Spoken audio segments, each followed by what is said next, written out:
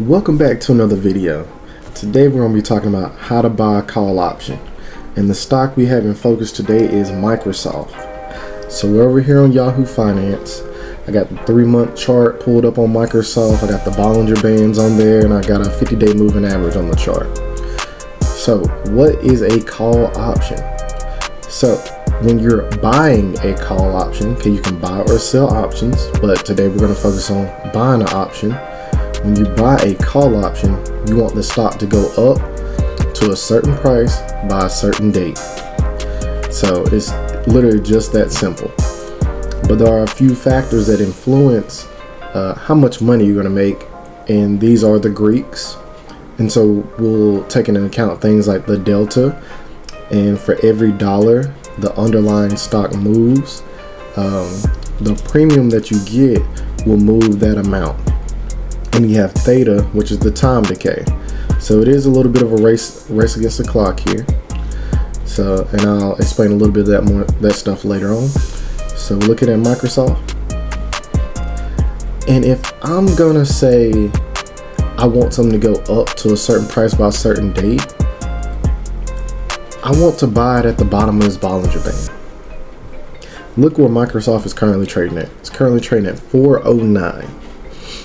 And we'll hop over to the public account on Webull, and I'll show you the call that I'm actually in.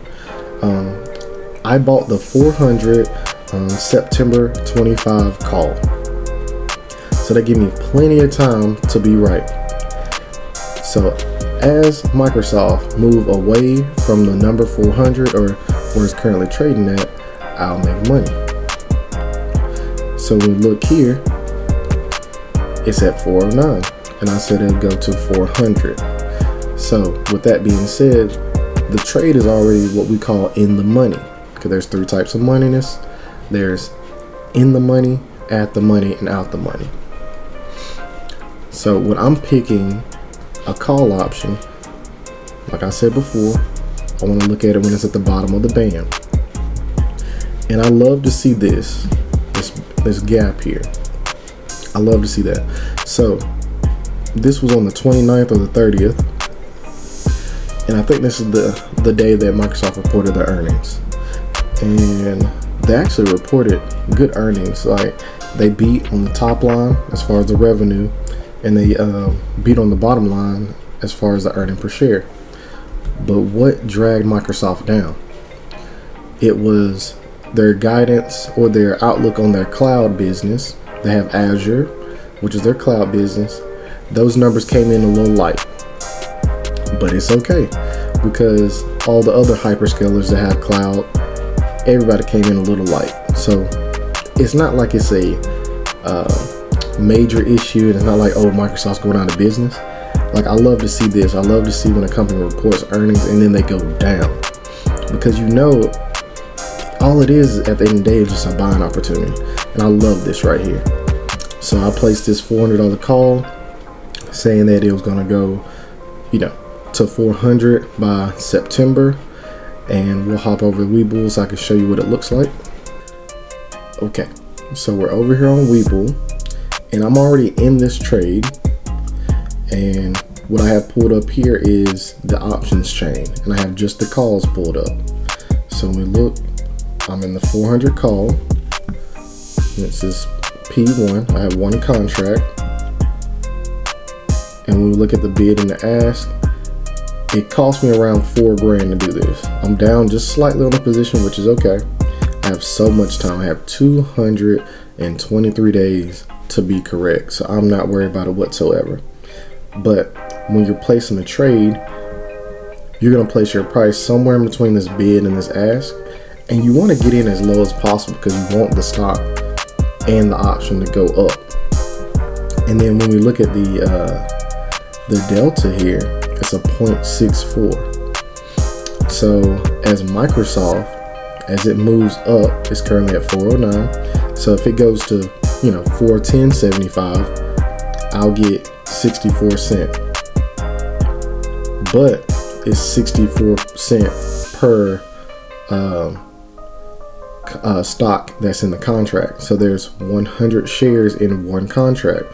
So really it'll be $64. Yeah, hope that makes sense right there.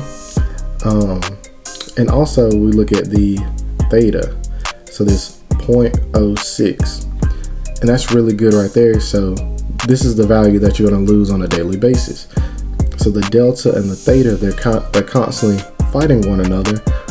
But when you give yourself so much time, the theta is very little and you don't even notice it. So how long will I hold this contract? So I have 223 days. I don't want to stay in it until expiration, because when I look, the break even on this is 443. So Microsoft will have to go from this 409 number all the way to 443 by the date September 19th of 2025 for me to not lose any money. But the good thing about call options, as it approaches a price or as it just goes up or move in the direction you want it to go, you'll make money. So the last 30 to 45 days in that contract, you'll see an acceleration of the theta. So I don't even plan on holding it that long.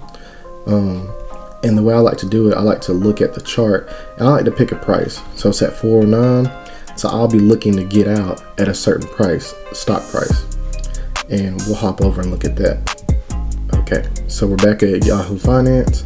So I'm in the 400 call.